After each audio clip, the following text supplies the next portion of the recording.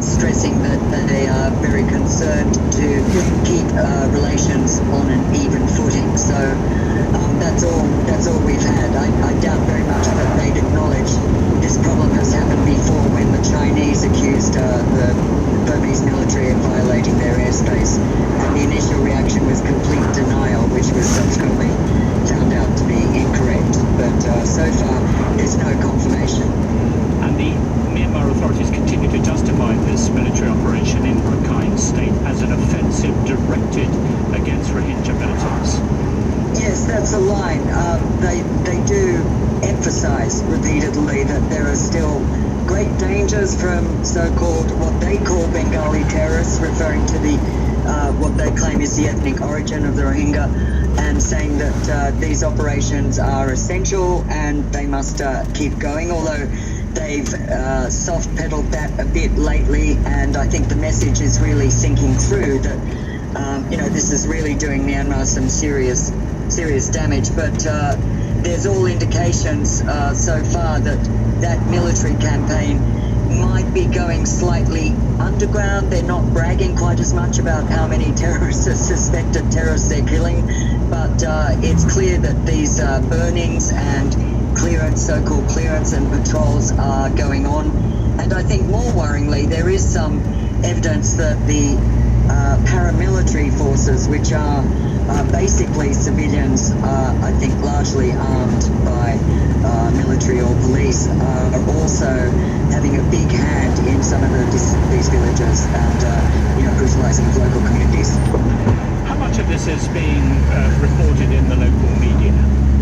Well, that's a very good point. I'm not sure how much it gets through internationally about how little or how much this story is being either underreported or skewed in local media.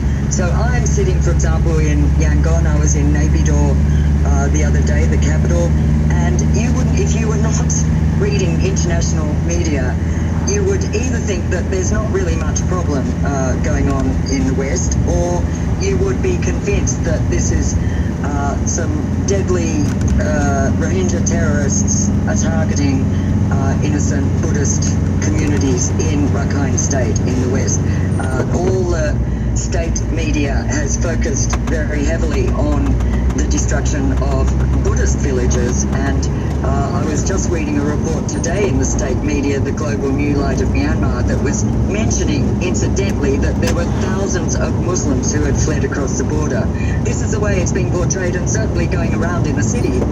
I mean, it's bustling, it's vibrant, shopping centres are open, lots of people out eating, drinking, laughing. I mean, this is not a nation sort of feeling any sense of crisis or feeling the kind of juggernaut that is launched internationally of, concern and outrage about the treatment of these people.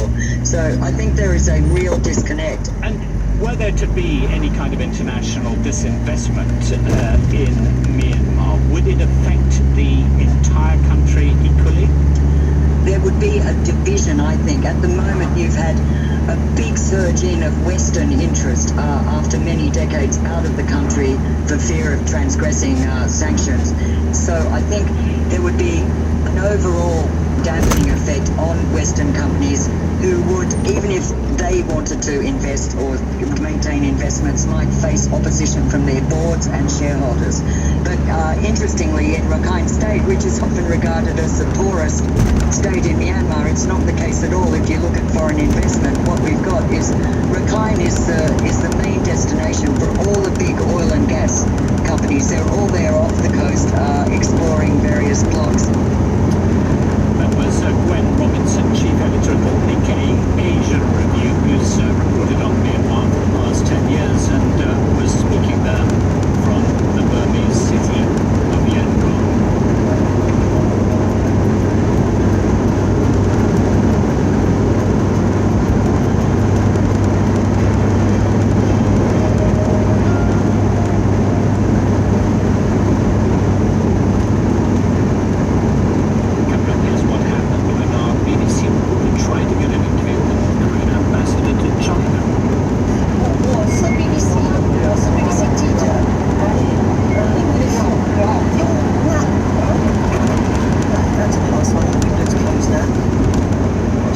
waving at me and saying that she doesn't understand what I'm saying and she wants me to go away.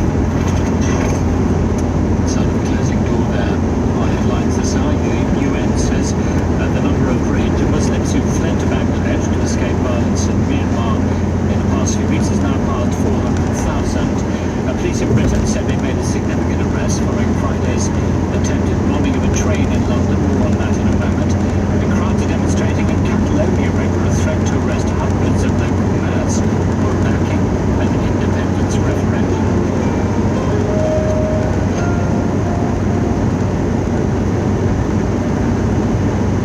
This is Julian Marshall with News Hour live from the BBC in London.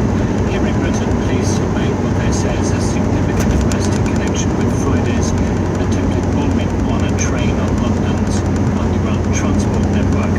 The bomb failed to fully detonate and nearly 30 people were injured, most of them suffering flash burns. The terror threat alert in the UK has now been raised to critical, the highest possible level, while armed police and soldiers have been deployed at key locations across Britain. I'm joined now on the line by the BBC's Dan Freeman, who's at Scotland Yard, headquarters of London's Metropolitan Police. And Dan, what can you tell me about this arrest? Well, what we know so far is that an 18-year-old man was arrested this morning at the port of Dover on the UK's south coast in connection with the bomb found yesterday. He will be transferred to a London police station at some point today, we're told, and that obviously begs the question as to whether this man was trying to leave UK soil when he was arrested. As it stands, police won't say any more about that. They're also keen to stress that while this arrest in itself is significant, it will lead to more activity from their officers. They say for strong investigative reasons, we will not give any more details on the man we arrested at this stage. Now that suggests rather than this being the end of an operation, in fact it could be a broader picture than just this one person. Now the UK terror threat, as you mentioned just there, was lifted to